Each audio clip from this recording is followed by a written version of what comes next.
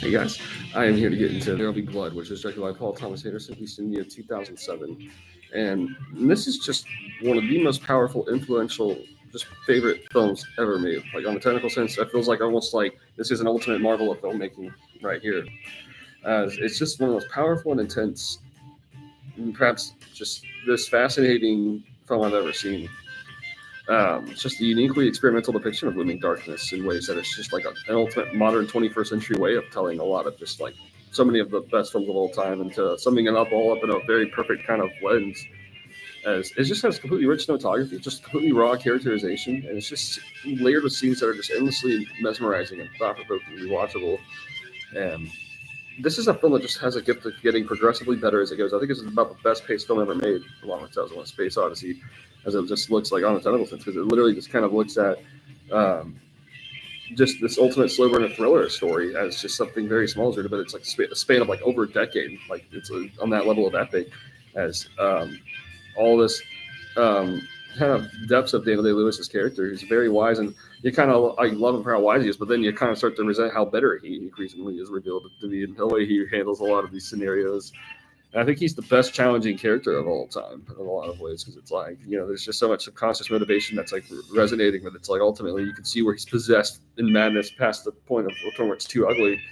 It's like a very original take on a lot of what Stanley Kubrick was doing with Barry Lyndon, but now it's like P.T. Anderson's a lot more raw, and that's what makes it stand out. It feels like it's the next level of emotional kind of filmmaking. It's completely original, very much possessed by a lot of Stanley Kubrick influence, but all the same very original. It's Johnny Greenwood's just a very haunting soundtrack by him. It's just like kind of feels like this is kind of like literally like kind of like looking at films like just all kinds of just timeless films. Like this is like kind of just the ultimate one, and how much it explores just you could just say it's a statement on just like uselessness and power trip in any sort of way. And I think that's just always resonated as like ew, like a gross way. But this is a kind of an ultimate statement about all of that, and it speaks in perfect ways. It's like also very much like the shine. It's like very London depiction by way of the Shining kind of atmosphere, because it's very disturbing. Because it's just like it's so far and rotten and ugly depths, and there's just a perfectly human foundation living in how P.T. Anderson depicts all of this. This is 100% original and different than anything else he's made also before. Since it's like everything P.T. Anderson makes is different and original somehow in its own kind of reason and way. In this case, it's just that it's the most epic. And looking at the screenplay, it's like, yeah, wow, this is kind of like a next step from Punch Drunk Love. This is so different than anything in Magnolia. Like Boogie Nights, this is so different. I could probably say most similar to Boogie Nights in a sense of like biopic pacing, but all the same, like Magnolia, Punch Drunk Love, this is a very separate atmosphere. It's lonely. Like it's, um, there's just a lot of temperament going on here, a lot of madness going unhinged, and as of a soul who gradually hits rock bottom past depths from too much isolation. And it's just a perfect project from start to finish as it explores an ultimate depiction of just the roots of how a villain gets to a villainous way. And it's like literally the villain um, in a dominating way is kind of happening here. It's just perfect filmmaking from start to finish. And every time I watch it, I think I've seen this hundreds of times, and it just actually gets kind of better every time.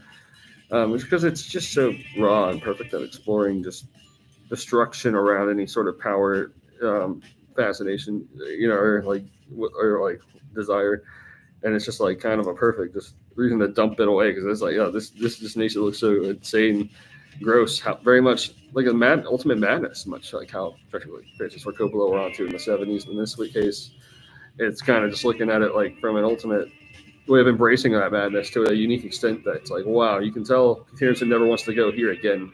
And he never really does this one. It's like he never gets this dark. There was always a lot of mystique to me when I first saw this. It's like, what's he going to do next? And he's always the ultimate director of like, what's his next film going to be like? And I think in a sense that's because it's just so rich and loud what he's doing here, and to see how he evolves is just always the most transcendental thing. And it's very consistent ever since Hard Eight. And this is just what really puts just P.T. Anderson's just the best. My favorite filmmaker of all time, right here. Just the fact he has everything around with this dark optimism. This is kind of the ultimate project that challenges all that, perhaps, and says like, well, what if you still just like kind of abandon all that, in the assert of that optimism, even if it was once acquired. And this is like a cautionary tale, looking at all that very much in the way of like a couple of times in the 70s, also like Scorsese, Taxi Driver in the 70s. And this is just completely original in the late 2000s kind of perspective. Like, this just feels perfectly complete, rich epic in every sense of the word. This is just has so many rewatchable moments and scenes, and this entire project, just like anytime it's on, it is kind of the ultimate. I'm just, you gotta take that in for what it's doing. It's just too monumental, timeless from start to finish.